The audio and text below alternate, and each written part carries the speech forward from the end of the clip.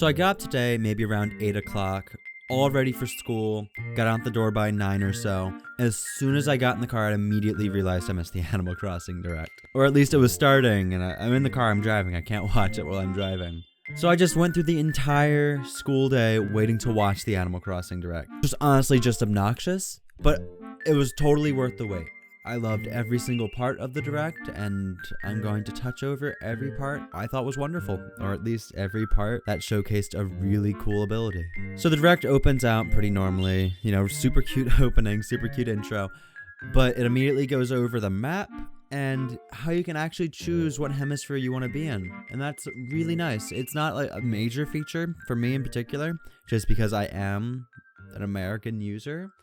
But it must be really nice for anyone living in the southern hemisphere where winter is not winter, or at least it's not the same winter as it is up north. So that's cool. That's definitely really cool. And I'm actually very much considering setting it to south hemisphere just because I want to start in winter. I want to see the Aurora Borealis. It's just such a serene time of year that I definitely want to start right then, right there. The next topic had a fair bit of speculation on it. People were unsure whether villagers would already be in the town when you get there, or if you would come in and it'd be completely empty. But no, now we know you start with like 2, maybe 3 villagers, and that you can actually decide where their house is, and that's pretty cool. That's a great addition.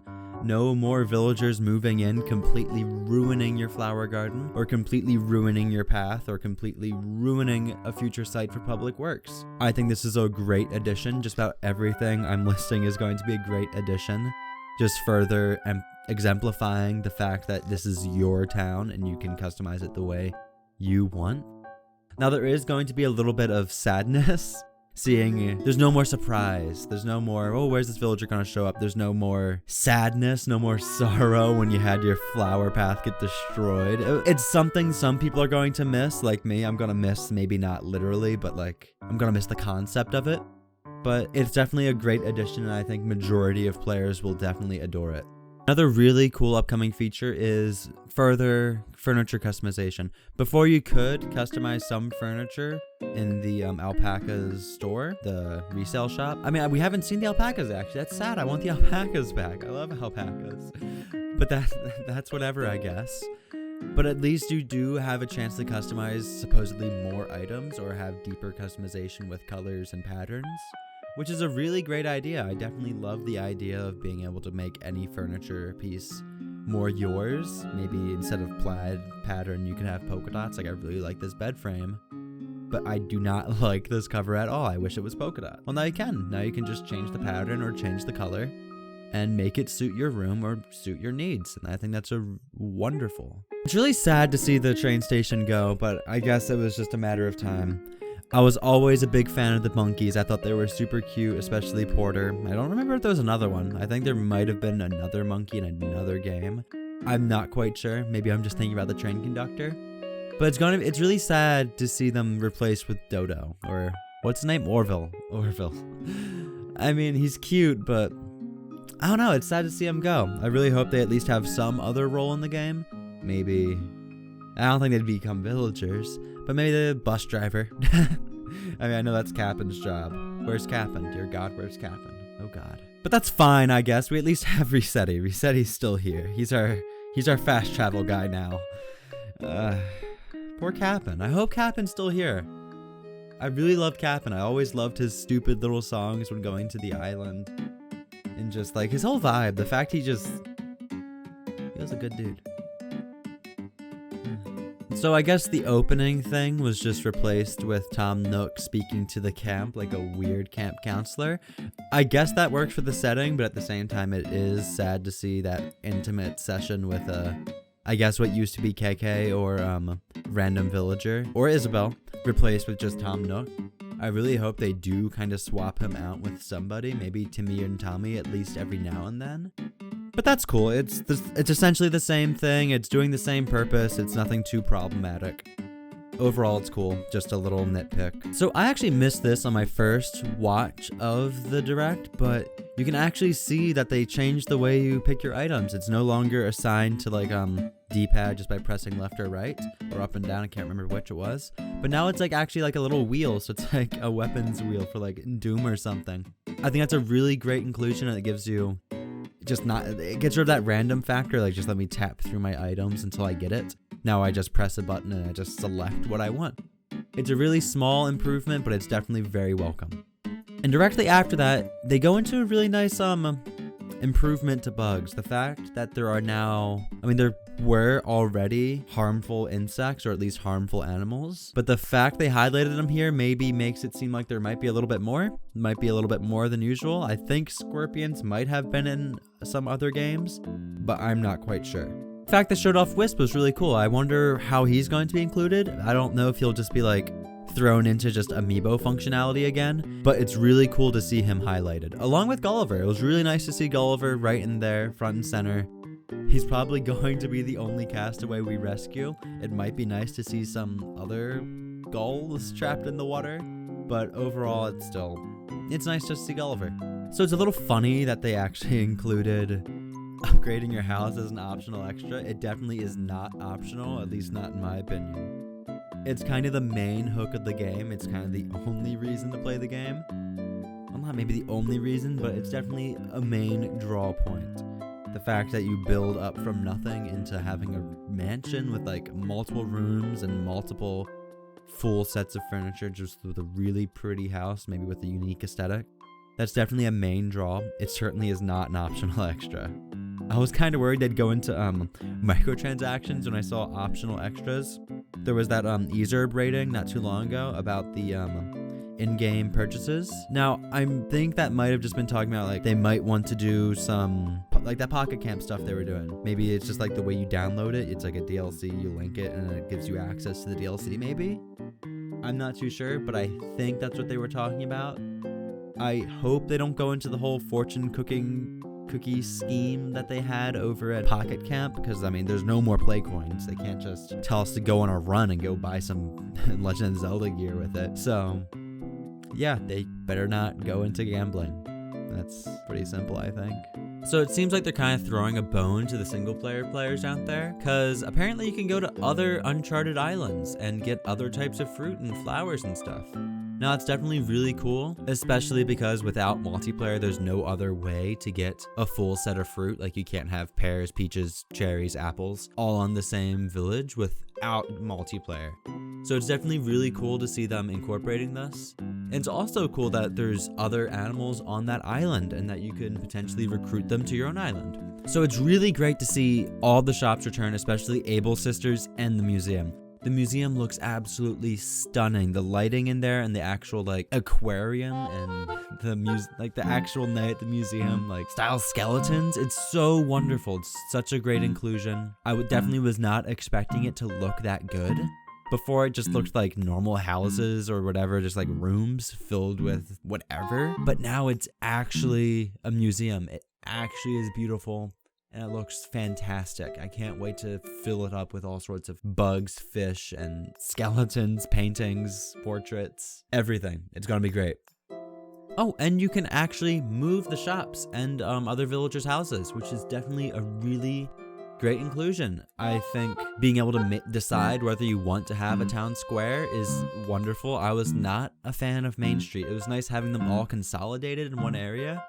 But it felt really disconnected if you had a specifically styled town. Like, my brother had a very Japanese styled town, and it looked so weird just walking up to Main Street and seeing just, a Neapolitan looking area, just a regular area. It was really jarring. So being able to move your stuff's really cool. More customization is always good. So Isabelle is also back, which is amazing, especially considering that she became a fan favorite in the last game. And the fact she's essentially filling the same role as before is still wonderful. She has gained a lot of experience from essentially managing the town without you for the past year or so, if you've given up on New Leaf like I have. So it's great to see her moving on from that rinky-dink town onto an exotic island. So, free updates. I'm not too sure what this means. It says the first free update includes the Easter event? So does that mean without the update, you don't have Easter? Or you can't time travel to get Halloween early. I think that might be what this is trying to do, to stop people from having holidays early and spoiling them for everyone. I'm not too sure what this is about. It seems really weird. Like, what if the update for Halloween never comes out, or it comes out late or something? It seems weird. I like the idea of them updating the game, especially adding new content, like maybe just new flowers or new fruit, new furniture, of course. But the idea of them adding new events, or adding pre-existing events back in, seems really weird. I'm not sure what the goal is here. I really hope that they're not late. I don't know. It seems really weird. I don't know why they're doing this. They're like making it a live service, even though it kind of is like an offline live service kind of game. I don't know. It's weird.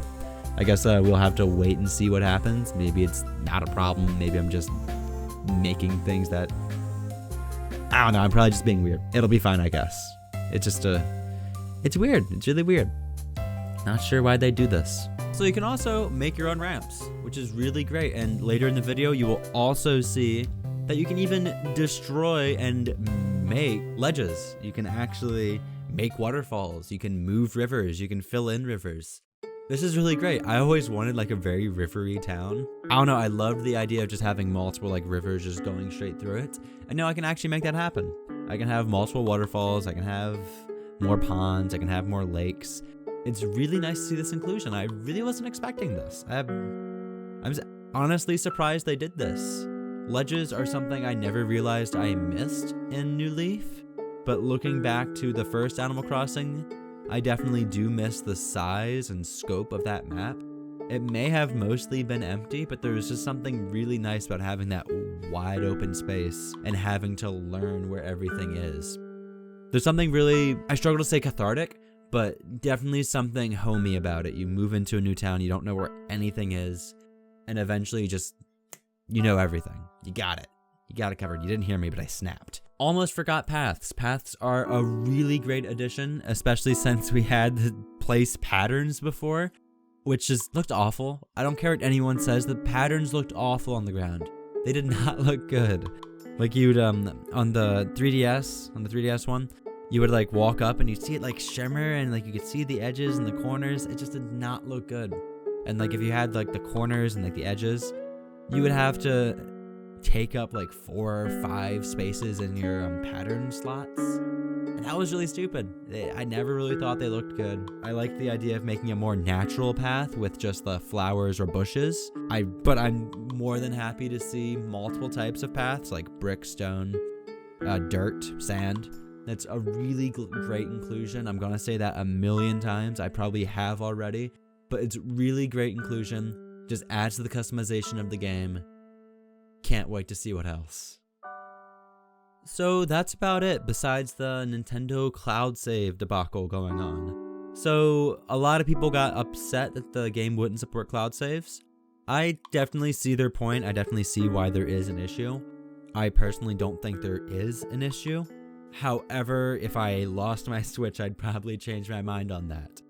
So it's really great to see that they are responding to feedback, especially so quickly. So I'm not too sure how they're going to do this. I don't think they're too sure either, but they do know they are going to do something, and that's better than nothing. Now, the fact you can't back it up just for safekeeping is a shame, but the fact you can get it back, whether it's by calling Nintendo or something stupid like that, at least you can get it back. I don't know how they're gonna do it. I don't know why they'd keep it held back like that. Maybe it's just to stop people from duplicating money, but you know, when have they cared about that before? We will just have to wait and see what happens on this front. I don't think it's going to be an issue for most people, but maybe for accident prone, then I don't know. Great to see they're at least trying. So I think that's about it. Those are at least all of my highlights for the video, all of my favorite parts of it. I thought it was a great direct. I really hope they held some things back. I hope there are at least some surprises, but the fact this is so close to release kind of makes me wary. I don't think there's going to be many things left, but it is great to see that they are willing to show off this much stuff before release. It's not another issue where we see nothing and then, hey, look, it's delayed. So yeah, it's fine. It's cool. I'm happy. Really happy with this direct. I can't wait to get the game. It's only a month away, and that's That's great. Can't wait to get both this and Doom Eternal on the same day. What'd you think of the video? I thought it was pretty good. At least I thought it was worth a try. Now, it's gotta be weird me jumping from a Destiny video to this, especially if you joined me on that Destiny video. I know I got at least 1 subscriber from that Destiny video. So, I hope you like Animal Crossing. I hope you like Destiny, because that's what this channel's gonna be, I guess. Animal Crossing and Destiny videos until the end of time. Put up with it, I guess. I'll branch out, don't worry. I just need something to actually talk about. It's a slow season, sue me. Alright, I hope you have a great day. I hope your day's going wonderful. For me, it's nighttime. I'm recording this right before bed. I'm gonna edit this and get this uploaded and go to bed. I hope you sleep wonderful, wake up wonderful. Have a great day. Like and subscribe if you feel like it. A subscribe would be great. I had an old channel, no one came from that one. Bye.